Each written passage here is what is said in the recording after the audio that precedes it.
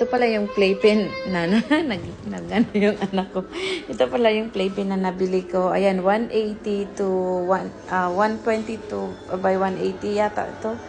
Ayan, so kasya yung kasya yung full size na bed.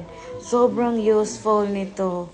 Tingnan nyo naman. Nilagyan ko siya ng carpet para pag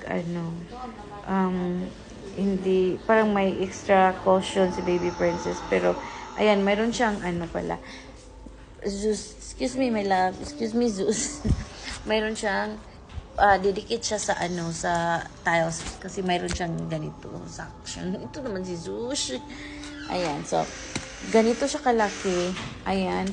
May iba-iba siyang sizes. Pero, 120 by 180 yung kinuha ko. Yun yung size niya. Ayan, si Ate George. Sobrang ganda pala niyan. And then, very durable. Ganun. Very durable talaga. Very useful. Ngayon ko lang na-realize, Ngayon ko lang na-realize na napaka-useful kasi, iiwanan lang namin si baby dyan. So, dito din siya natuto mag-get up on her own.